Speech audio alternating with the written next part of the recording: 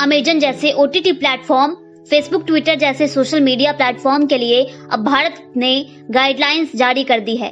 केंद्रीय मंत्री रविशंकर प्रसाद प्रकाश जावड़ेकर ने प्रेस कॉन्फ्रेंस में इसकी जानकारी दी। नई गाइडलाइंस के मुताबिक सोशल मीडिया प्लेटफॉर्म को किसी भी आपत्तिजनक कंटेंट की शिकायत होने पर उसे हटाना होगा। साथ ही डिजिटल मीडिया को इलेक्ट्रॉनिक मीडिया की तरह ही सेल्फ रेगुलेशन करना होगा। मैं 4-5 पॉइंट आपके सामने रखना चाहता हूं और ये बहुत इंपॉर्टेंट है। आपको एक व्यापक प्रेस रिलीज मिलेगा। Supreme court around 11 December 2018 in the Pranjwala case asked us to frame necessary guidelines to eliminate child pornography, rape, gang rape images, videos and sites in content hosting platform and other applications. Supreme court ने फिर 24 September 2019 को मेरी ministry को direct किया कि please have a new guideline completed at the earliest. Our secretary, Mr. Ajay Sani, had filed an affidavit in the court. He will be doing by this year beginning itself. Rajya Sabha में 26/7/2018 को calling attention motion हुआ था, fake news पर, ये भी तो social media पर। And all the members of parliament urged me to take action, and there is my assurance on the floor of the house कि we will improve the entire guideline. और राज्यसभा की एक ad hoc committee की report है on 3rd February 2020 जहां पर pornography on social media, effect on children, hate content on social media, इसको लेकर चिंता प्रकट की गई थी। Therefore, court orders, parliamentary proceedings, I only mention of Supreme Court, there are many orders of the High Courts as well to take action in this. हमारी ministry ने व्यापक कंसल्टेशन किया। We prepared a draft on 24th December 2018 where we received 171 comments. We put those comments in public domain and we had 80 counter comments too. Therefore, widespread consultations was done, and also in the case of INB, which will be explained by them. अब हम इसके salient features को आपके सामने रखना चाह देते हैं। बाकी तो रूल्स आपके सामने आएगा, प्रेस स्टेटमेंट भी है।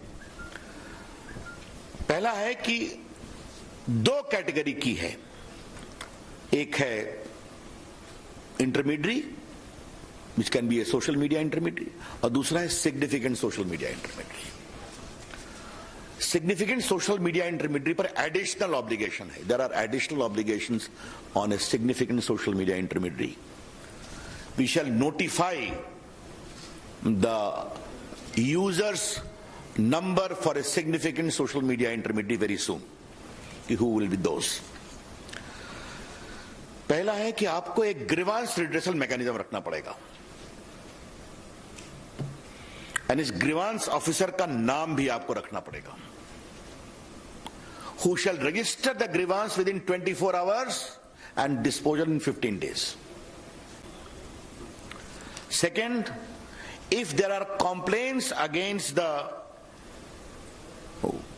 dignity of users, particularly women, that expose their private parts of individuals, or nudity, or in sexual act, impersonation, etc., you will be required to remove that within 24 hours after a complaint is made.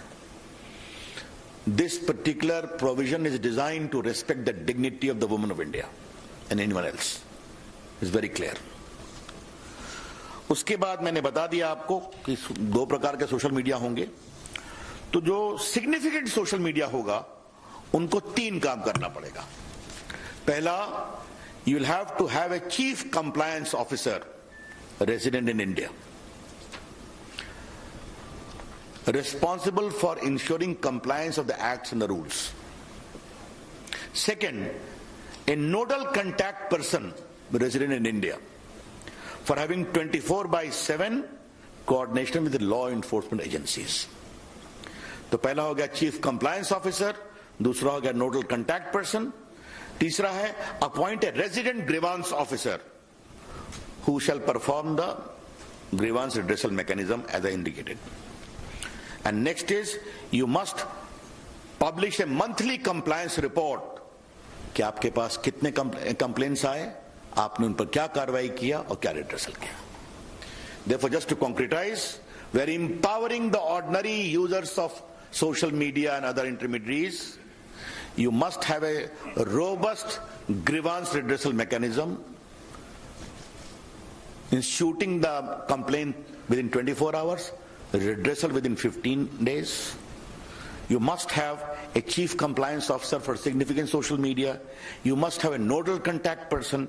You must have a resident grievance officer, all residing in India. And you must give a monthly compliance report. ये बहुत स्पष्ट है. उसके बाद एक सवाल आता है फर्स्ट ओरिजिनेटर का कि खुराफात हुई, but who was the creator, who was the first creator of the mischief? बार बार चीजें रीट्वीट पर ट्वीट होनी शुरू होती हैं, कई बार महम शुरू हो जाता है on WhatsApp. This first originator will not, we don't like to have the content, क्योंकि कंटेंट तो बाहर आ जाता है, कई लोग ट्वीट रिट्वीट करते हैं. हु बिगैन द मिसचीफ, ये आपको बताना पड़ेगा. ये मिसचीफ अगर भारत के बाहर से हुआ है तो भारत में उसको किसने शुरू किया, ये बताना पड़ेगा. I repeat, the social media platforms, upon being asked either by a court order or by the government authority, will be required to disclose the first originator of the mischievous tweet or message, as the case may be. And this should be only in relation to sovereignty and integrity of India, number one. Number two, security of the state, public order, relations with foreign states, और rape, sexually explicit material etcetera etcetera. तो आपको यह बताना पड़ेगा कि खुराफात पहले किसने शुरू की, उसको आपको जानकारी देनी पड़ेगी. यस. और ये सब उसी अपराध के बारे में होगा जहां 5 साल से अधिक की सजा है. I explain to you. बाकी उनका एक फिजिकल देश में एड्रेस होगा. इसमें हम एक और प्रावधान कर रहे हैं कि आपको एक वॉलंटरी वेरिफिकेशन ऑफ अकाउंट्स का इंतजाम करना पड़ेगा.